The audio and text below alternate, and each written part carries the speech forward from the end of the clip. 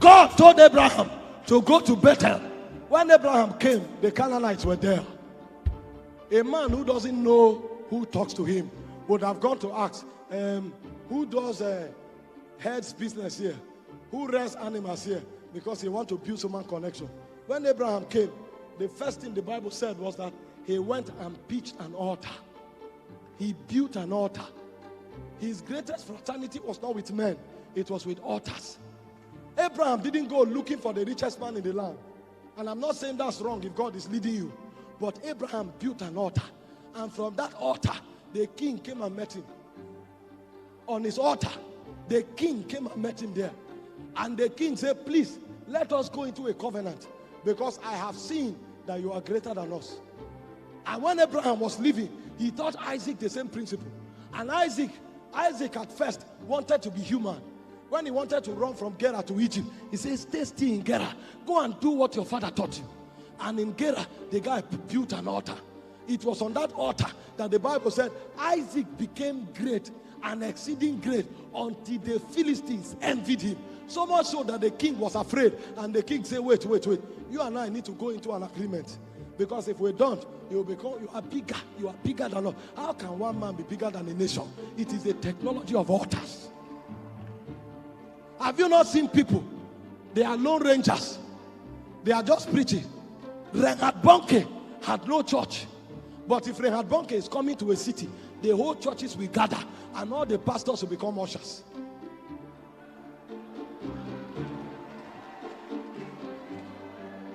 General overseers. Some are general overseers of churches in 10 nations.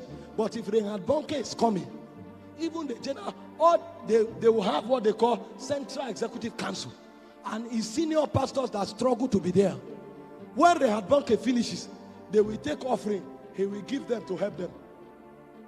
He will leave the offering to help the territory. He had no church. But by prayer, the man became so big that he was bigger than continents.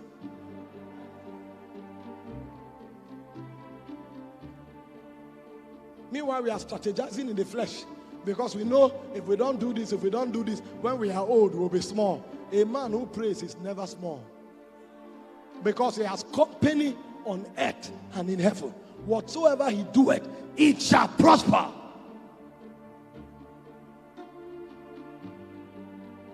For those of you who are young, you have an advantage. You don't need a house yet. You're on campus. So what you are doing now is that you are storing investment in the spirit. When you come out as a youth corper, somebody will dash you a house. And then they are wondering about you. They're lucky. There is nothing such as luck on the face of the earth. There are over 8 billion people on earth. Do you know when your turn will come if you are waiting for luck? That's why we change things in the spirit. Because we know if it is luck, you may be 90 years old before your turn comes. And then they give you a house at the age of 90. What do you do with it? They give you money at the age of 90. They say, come and go to America. And then you enter the plane. When you land, your whole body is aching. And the moment you enter America, you have pneumonia because you can't manage cold. Because you waited to be old. God told you you are a healing minister. And then you did nothing about it on the altar. Until when you are 70 years old, you now say you want to start a revival campaign. Which revival campaign? Even if you are raising the dead, if you go for one crusade and come back, my back, you will lie down for 1 month. That's why he said now is the time. Today is the day of salvation. So if you are not praying, start praying now.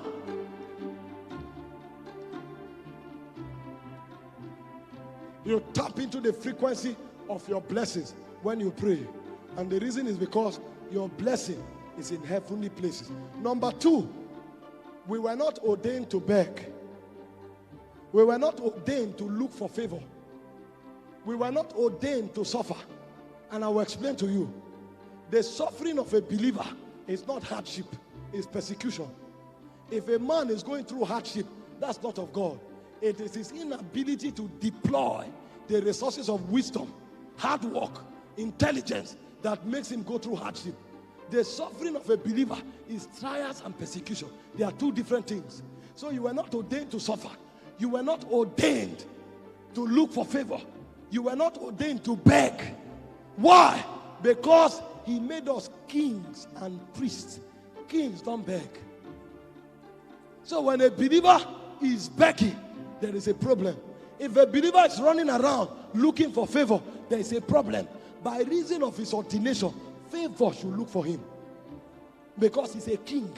Have you seen a king who goes about before looking for who will help him? People come to his house with gifts. But what is the problem? The problem is that you only have power to command after you have prayed. That means your word will not have power and authority if you don't pray. In Mark 11, 22, 23, 24, Jesus said, have faith in God. He said, I tell you most assuredly, if you will speak to this mountain and say to it, be thou removed, and you do not doubt in your heart, you will have whatsoever you say. And he went further in verse 24, and he said, whatsoever ye desire, when thou prayest. Whatsoever. That means you are only permitted to command after you have prayed. There are many Christians wishing things. There are many Christians making command that are falling to the ground. The reason is because what holds your command in the spirit is the prayer investment that you have put on the line. There are many believers that have no prayer investment. They are only talkers. The mountain will not move because whatsoever you desire, it is when you have prayed that you will command it. So he said, I have seen an abomination on the face of the earth, that princes are walking on foot while beggars are riding on horses. So the equation has been altered because of our prayerlessness. A man who is enthroned is the one struggling. Meanwhile, the son of the bondwoman is the one riding. What is the error? It is lack of prayerlessness. Your revelation, your rhema, and your principle will not work, because it is in prayer that God breathes on it. The breath of the Almighty. That's what makes the difference. But many don't pray. They think prayer is a religious thing. So when they come for prayer meeting, that's when they pray. Who told you that's how it works? Prayer meeting is the least time of prayer. The idea behind prayer meeting is, first, to allow corporate fellowship. Secondly, is to help us deal with issues that require corporate ranking. No prayer man is better from a prayer minister, from a prayer meeting. Not one. Every prayer man is trained and exercised on his personal altar. The fire on the altar must not be put out. Our generation is one that we flat prayer meeting. It's beautiful, but no prayer man rises from prayer meeting. At best, he will become a prayer leader. And when you come, you are leading prayer, you are sweating. Go to your bedroom and try it. That's when you will know your stature in prayer. Your stature in prayer is not in a prayer meeting. There may be one intercessor praying and is generating energy, and you are riding on the strength of that intercessor.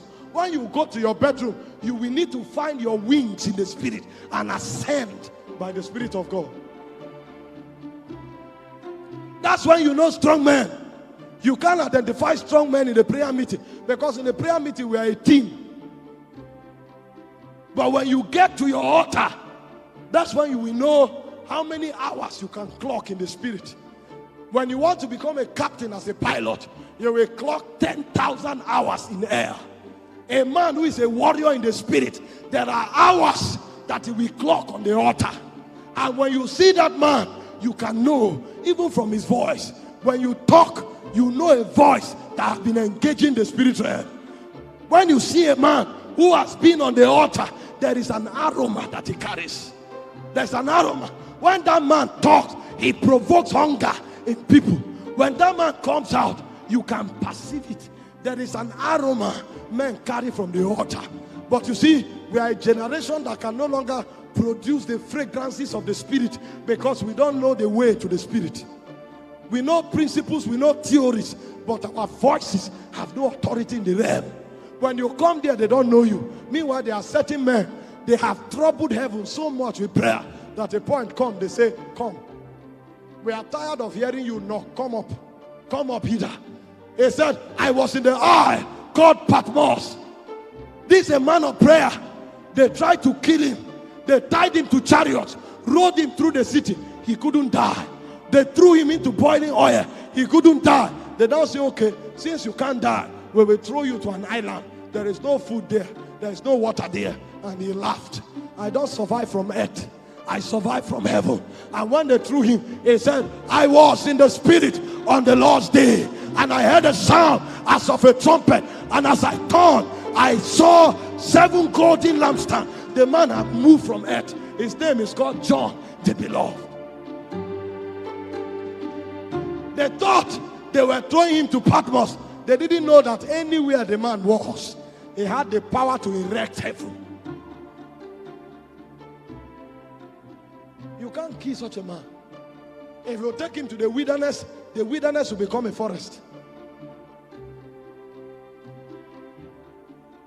From Patmos, he entered Zion. Why? He had troubled Zion so much, so they say, no, we are tired. Sometimes when we are knocking, we are in a meeting in heaven. So the only way to stop this, you're always knocking. Come and participate. Come and participate. I heard a story. Oh, there are some things you can't share. When you start sharing, they say it's heresy. They say it's heresy. I know every step of the way how God helped me. I'm not telling you theories. I know. There are people preaching better messages than what we are saying. What we are saying, it doesn't even edify some people. When they hear it, they are like, what is he saying? But you see, there is a room of trumpet in heaven. When that room opens to you, if you come down, you come down with a trumpet. Every time you talk, it's the alarm of Zion. That's what John had. The Bible said John didn't go to the city center. He went to the wilderness. And as he cried, repent, for the kingdom of God is at hand. He said the whole of Jerusalem and Judea went to him. What was John's message? John was not pampering people. They came and said, you brood of vipers. How do you go to listen to a man who calls you a brood of viper? Because you have a trumpet from the spirit.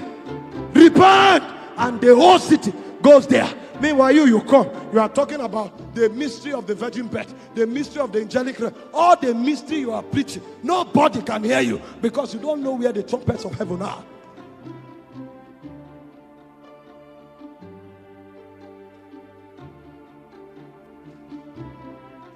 Refuse to be a man of earth.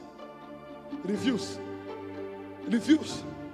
Refuse to hear stories that other men share. Also hear it. Also see it. Also participate in it. That's how you become a ranking being on earth.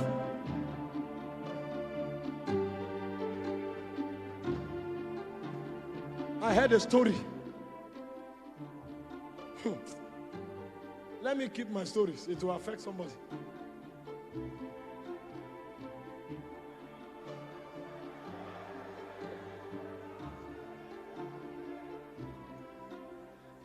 One of the Celtic fathers, they went to explore the mountains of Tibet.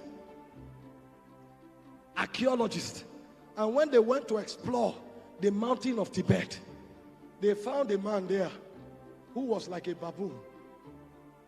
Every hair on his body was as long as the length of his hand. And they thought they saw a beast. And when the man looked up, he began to talk to them. They thought he was a creature.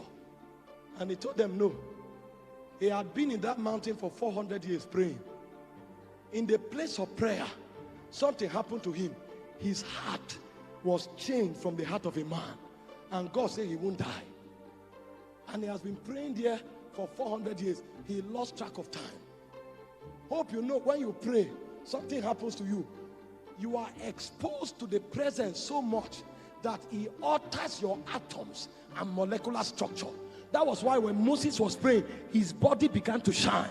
There is no biochemical interpretation for the body to shine. But there was an alteration and re-engineering of his molecular structure. Moses' molecular structure was so altered that Moses crossed the boundary of death. And Moses could no longer die. When Moses violated God, God himself had to kill him. Because the structure of the man had been changed. Meanwhile, there are Christians today dying of sicknesses and affliction. There is an exposure that you will expose yourself to the presence. It will kill everything that is of death in your system. And a point will come, even at the age of 70, you'll be walking and you'll be strong. The man of God was sharing yesterday, I think it was Daddy. At the age of 80, Paul was telling them to bring his parchments. He wants to read. Meanwhile, in our world today, at the age of 45, people are already using glasses because we have not exposed ourselves to the presence of God enough. So the body is dying. The Bible said at 120, the strength of Moses was not reduced, neither his eyes abated. The guy was as strong as he was at the age of 40. It was Caleb that told Moses at the age of 80, my strength is as it was when I was 40. Give me this mountain, I will take it. How did this man become so strong? It's by exposing themselves to the presence. So every time they go there, they are renewed. The molecular structure is altered. They come out stronger than they ever were. It was Sadosavara that told the story of Sadosunda Singh. Hunger wanted to kill him, and he went to Mount Kaila in India, and he was there. He prayed there for 500 years. God came and took his heart and said, you will not die. So the man doesn't live by blood. These are the wealth that we carry. What do you think that a Christian is expected to change his world? If all he has is the wisdom from the university, if all he has is the intelligence from his background, how can you be the light of the world? How can you be the salt of the earth? You must come to earth with something that is not of earth. The only way to enter there is prayer. Is it not pathetic that 2,000 of us will gather, we will declare something, it will still not happen? We will have a crusade, we say, it will not rain, it will not rain. The first day of the crusade, it will rain from morning till night. And then we come back to explain and say, it's because of, what was that? Meanwhile, one man, without preparation, he came to the Red Sea. Elijah wouldn't stop. He left 4 cities. Elisha was still following him. So he came to the Red Sea and he took his garment. The Red Sea that God parted for over 4 million people. What God did for 4 million people, he can do for one man if he knows where to stand. Do you know that in this state, some people are enjoying the blessing that is equivalent to the blessing of the state? The guy took his mantle, he struck the water, and the water parted. And he walked over to the other side. What kind of men are those? What kind of men? They live the supernatural life as if it was normal. And the reason is because they've lived in the spirit for too long that the supernatural have become normal to them. Your struggle is not with your business. Your struggle is with your altar. If you win the struggle of your altar, your business will succeed naturally. Your struggle is not with marriage. Your struggle is with your altar. If you win the struggle of your altar, the marriage will happen on its own accord.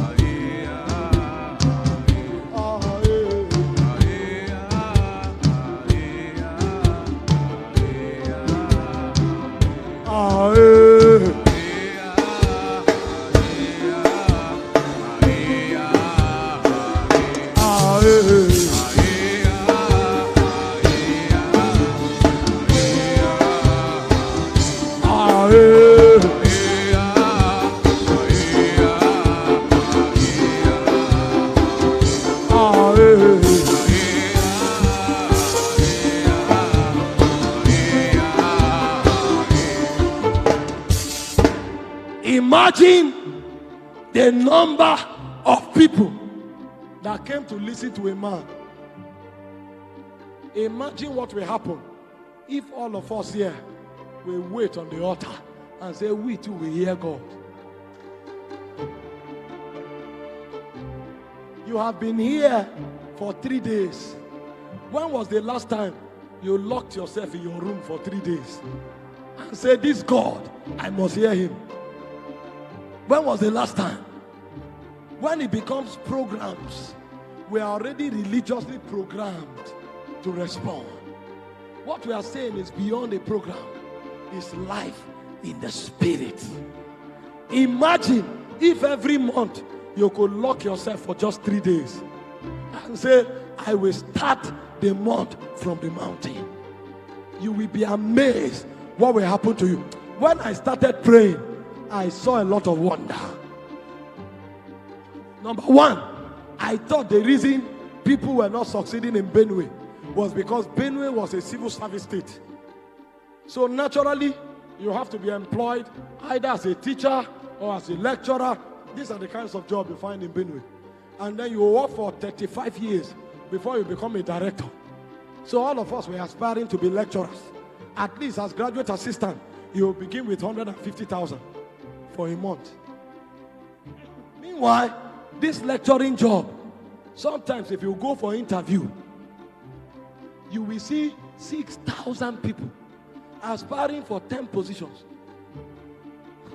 6,000. That means for one position, there will be over 800 people for one slot. Meanwhile, in these 10 slots, the governor has a slot. The VC has a slot. The Minister of Education, the Commissioner of Education has a slot. So after a while, they now trim it to 4 slots for 6,000 people. So I thought this was why people didn't succeed in Benue until I went on a 21 days fasting and prayer. And while I was praying, all of a sudden, my eyes opened. And I saw a beast walk into my room. And I said, what is this? A beast.